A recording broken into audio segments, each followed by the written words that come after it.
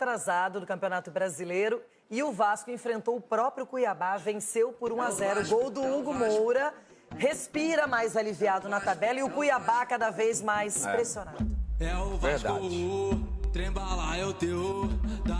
Depois do baque sofrido com a eliminação na Copa do Brasil, o Vasco recebeu o Cuiabá, em São Januário, em jogo adiado da 19ª rodada do Brasileirão. O Cruz Maltino demorou a entrar na partida. A primeira chance só foi aparecer aos 34 minutos. Paulo Henrique lançou para Verratti, que na hora da finalização foi travado por Bruno Alves. Na cobrança do escanteio, Felipe Coutinho mandou para a área. Verratti ajeitou de cabeça e Léo se esticou para tocar por cima. O Cuiabá levou perigo nesse lance. Pita escorou para Fernando Sobral, que chutou rente à trave.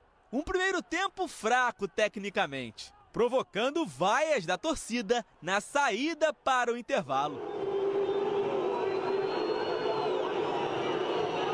Na segunda etapa, o Vasco voltou melhor. Lucas Piton cruzou, Walter cortou mal e Puma Rodrigues bateu em cima do goleiro. Aos 7 minutos, Piton cobrou o escanteio, a zaga do Cuiabá não cortou e Hugo Moura pegou a sobra para fazer o gol.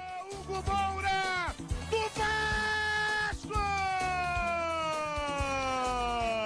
Fui muito feliz da bola ter sobrado ali para mim e não pensei duas vezes de chutar com a esquerda e fui muito feliz com o gol. O Cuiabá até tentou. Pita mandou por cima. Gustavo Sauer parou em Léo Jardim. Placar final 1-0. O suficiente para o Cruz Maltino reencontrar o caminho da vitória depois de 8 jogos. Hoje a gente tinha que ganhar o jogo de qualquer forma. A gente sabe que a gente ficou muito aquém da nossa forma de jogar que a gente gostaria, mas a gente tinha quase certeza que ia ser um jogo muito difícil emocionalmente, né? O resultado não tira o Vasco da 10ª posição, mas faz o time voltar a abrir uma vantagem confortável da zona de rebaixamento. Agora são 8 pontos de distância. Eu acho que a gente tem que primeiro buscar os 45 pontos, buscar uma Sul-Americana e quem sabe uma pré-Libertadores. Estamos tendo desempenho nos jogos que nos permite acreditar, né? E nós vamos acreditar até o final.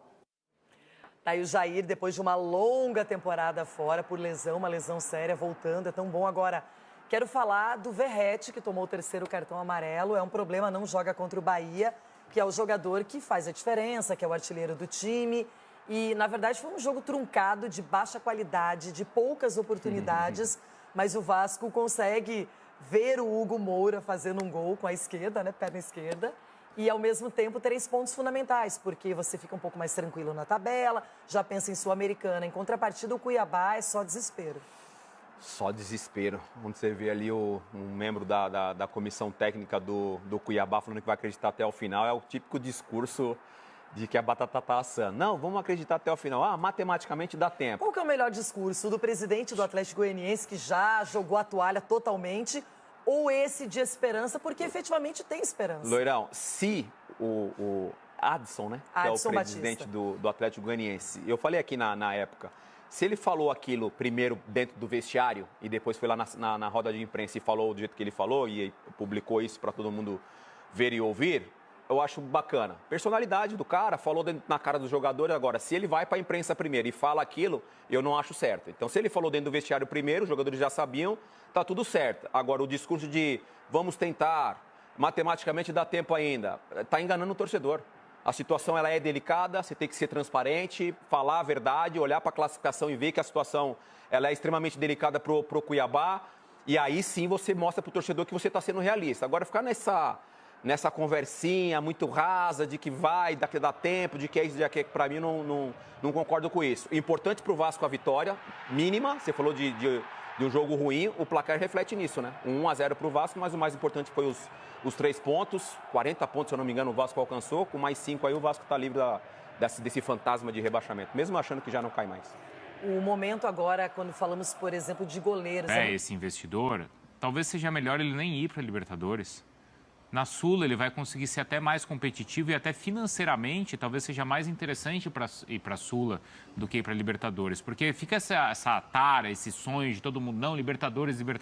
Você cai numa pré-Libertadores, compromete o seu início de temporada e você faz 2 jogos só. e fica pelo caminho. Enquanto se você entrar numa Sul-Americana, você vai ter uma agenda completa de primeira fase da competição, vai ser de fato competitivo e com grandes chances de avançar.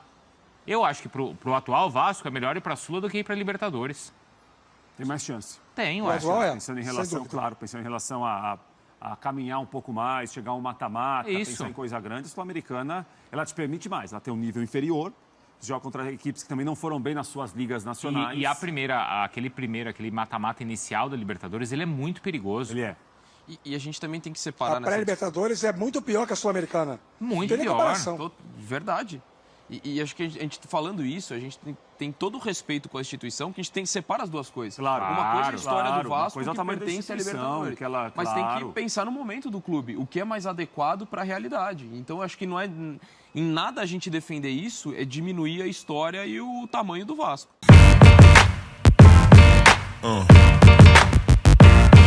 Yeah.